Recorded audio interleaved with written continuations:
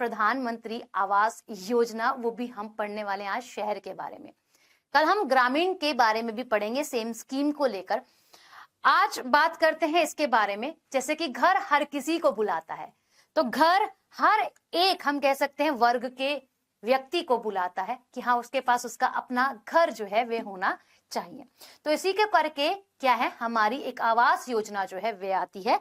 कब आती है? 2015 के अंदर आती है, जून के समय पर। कब तक के लिए आती है? 2022 तक के लिए आती है।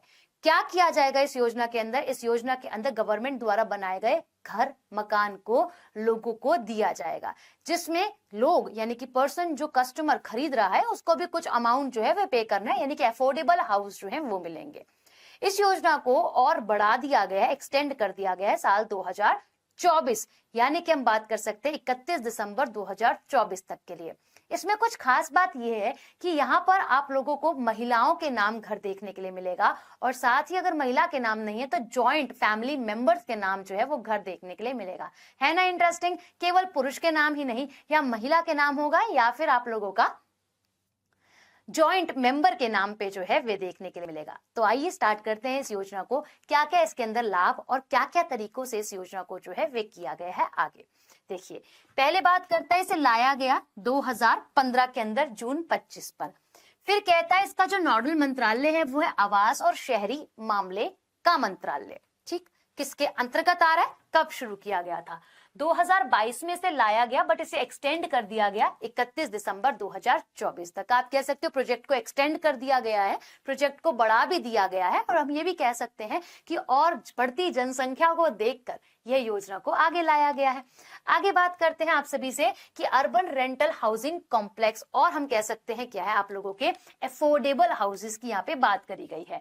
तो ये जो योजना है प्रधानमंत्री की, जो घर दिया जा रहा है, वो प्रधानमंत्री आवास योजना में जो अर्बन वाला पार्ट है वो इसकी एक सब स्कीम है, एक उप योजना जो है वह हो जाती है। दूसरा पॉइंट बात करते हैं आप लोगों से, घर किसको दिया जाएगा? जो लोग गरीब हैं शहरों के अंदर, और जो लोग माइग्रेट करके आए हैं दूर राज्य से, हम कह सकते हैं दूर जगह से जो है दूसरी जगह माइग्रेट करा है। इसके साथ ये ध्यान रखना, जहां वो काम कर रहे हैं, वर्क कर रहे हैं, वो उनके वर्क प्लेस के पास में ही घर जो है वो प्रोवाइड किया जाएगा। दूसरा, यानी कि पॉइंट अगला चलते हैं, ग्लोबल हाउसिंग टेक्नोलॉजी चैलेंज। अब इसको बनाने के लिए क्या क्या चीजें जो है वे करी गई हैं? तो कहता है इस इनोवेशन को करने के लिए आप लोगों का टेक्निक्स का इस्तेमाल किया गया है, जिससे क्या किया जाए, जिससे टिकाऊ, पर्यावरण अनुकूल और आपदा रोधी आवास जो है वे बनाया जाए। ठीक, अगला पॉइंट कहता है आप लोगों से CLSS। ठीक है, तो ये क्या कहता है? ये एक पोर्टल है जो कि दिया गया है प्रधानमंत्री आवास योजना के तहत ही। जैसे आपने घर खरीदा, आपने कुछ डाउन पेमेंट दी, और अब आप क्या चाहते हो, उसकी अपडेट लेना चाहते हो कि घर की जो प्रगति है वो कहाँ तक हो चुकी है, यानी कि कहाँ तक ये काम कंप्लीट हो चुका है। बार बार आप साइट पे जाओगे नहीं, तो पोर्टल पर आप क्या कर सकते हो, आप जान सकते हो कि कितना काम हो गया, कितना बाकी है। ठीक, अच्छा, अब उसके बाद अगर हम बात करें, यह योजना जो है वो 4 वर्टिकल के अंतर्गत आती है। अब जिसके अंदर आप लोगों को घर दिया जाएगा भाई, क्या, और लोन भी दिया जाएगा। ठीक है, घर और लोन दोनों ही आप लोगों को मिल जाएंगे। फिर बात करता है सम कुछ और कीज है, जैसे कि मैंने आपको क्लास के स्टार्टिंग में बताया कि जो घर है वो महिला के नाम होगा, या फिर आपके फैमिली जॉइंट फैमिली मेंबर, या फिर हम कह सकते हैं जॉइंट मेंबर के नाम जो है वे होगा। ठीक, उसके बाद अगर हम बात करें लाभ जो है वो किस किस को दिया जाएगा, जो इकोनॉमी वीकर आप लोगों के EWS में आने वाले लोग हैं उनको, जिनकी इनकम क्या है, लो है।